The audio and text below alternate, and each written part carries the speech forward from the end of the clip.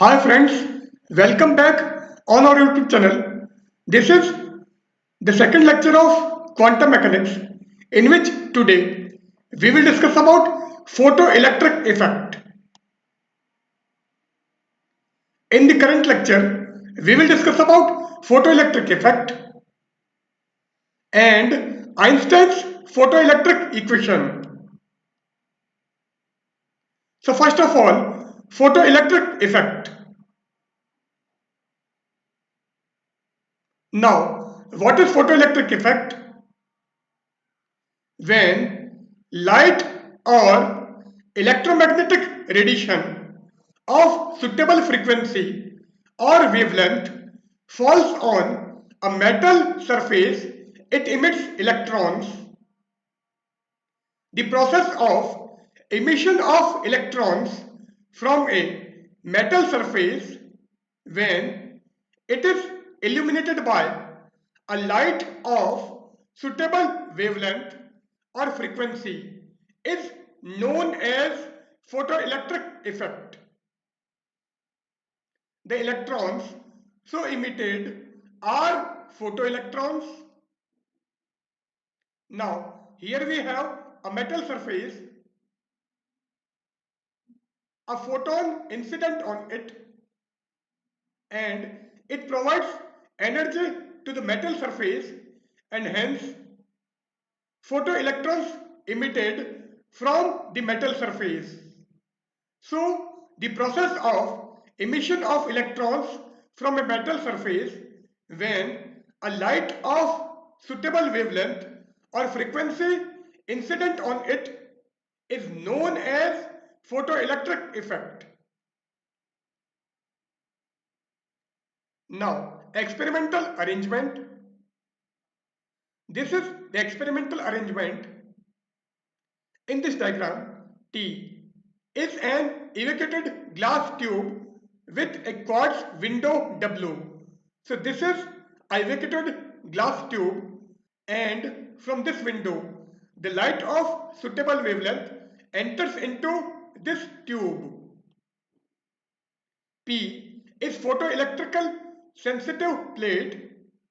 So this is a photoelectrical sensitive plate. C is a hollow cylinder which have a small hole to permit the incident light. So this is our hollow cylinder C, and it has a small hole so that the light can enter into this hollow cylinder through this window and through this hole. G is a sensitive galvanometer or ammeter. So this is a sensitive galvanometer or an ammeter. P is connected with negative end of a battery with G. So here we have a battery, and this is the negative terminal of battery, and a plate P is attached to this terminal through a galvanometer G. C is connected with positive end of a battery, and this C is connected to a positive end of a battery. Now, this was our experimental arrangement. Now, working. When light of suitable frequency falls on P from a source, the photoelectrons are emitted. Since collecting cathode, that is C, is connected to positive terminal of battery, so these electrons are attracted towards C.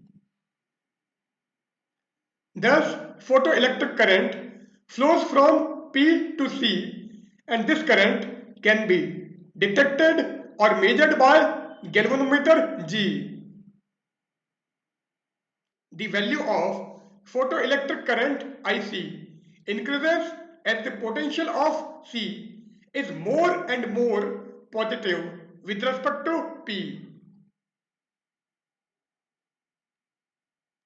Now, laws of photoelectric emission. For every metal, there is a particular frequency below which there is no photoelectric emission.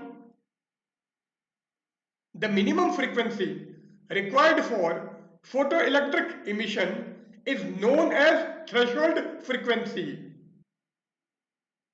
As the intensity of incident light, that is IP, increases, the amount of photoelectric current IC also increases. It means IP is directly proportional to IC, and this is the curve between intensity of incident light IP and the photoelectric current IC, and it is clear from this figure that as the value of IP increases, the value of IC also increases. So here we get a curve like this, and this curve shows that IC is directly proportional to IP. So IC is directly proportional to IP,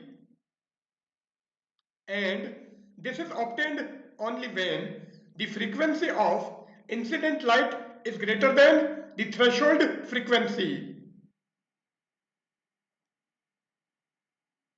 On increasing the positive potential of IC increases and it becomes maximum at a particular value of potential.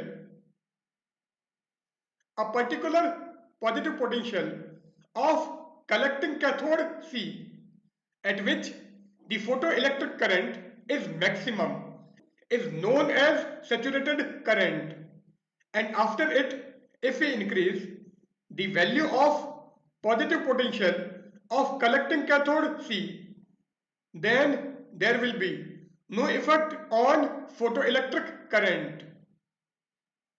So, if we draw a curve between potential and photoelectric current IC, then as the value of V increases, the value of IC also increases and it becomes saturated at a particular potential. And after it, if we increase the potential of C, then there will be no increment in IC. On increasing the negative potential of C, IC decreases and it becomes 0 at a particular value of potential. So, if we increase the value of potential of C in negative direction, then the value of IC decreases and it becomes 0 at a particular potential, and this value of potential is known as stopping potential. The energy of emitted photoelectrons is independent of intensity of incident light and depends on the frequency of incident light and the nature of the metal. Photoelectric emission is an instantaneous process, so there will be no delay in this process. Now, failure of electromagnetic theory. The calculation showed that the electron takes 500 days to eject from sodium by using visible light of wavelength 4000 angstrom, whereas experimentally there is no time delay. Also, according to classical theory, light of greater intensity should impart large kinetic energy to the ejected electrons, but this does not happen. Classical theory shows that the velocity of the ejected electron should not depend on the frequency of the incident light, but in actual it depends on it. So these were the failure of electromagnetic theory. Now Einstein's photoelectric equation. So Einstein's photoelectric equation. Einstein used quantum theory To explain the photoelectric effect, according to him, when a light of frequency nu is incident on a metal surface, then the energy of photon is completely transferred to a free electron in the metal, and a part of this energy is used to eject the electron from the metal surface, and the rest of energy provide the kinetic energy to the electron. The minimum energy required to eject the electron from a metal surface is known as work function or threshold energy, and the minimum frequency required to eject the electrons from a metal surface is known as threshold frequency. Let the energy of incident photon be h nu. Work function or threshold energy is phi. Then h nu equal to phi plus half mv square. Half mv square is the kinetic energy provided to the photoelectron, and this equation is known as Einstein's photoelectric equation. Here half mv square is the kinetic energy of electron. If nu naught is the threshold frequency, then work function phi equal to h nu naught. So if we substitute the value of phi here, then h nu equal to h nu naught plus half mv square. If v maximum is the maximum velocity acquired by the electron, and this was our Einstein's photoelectric equation.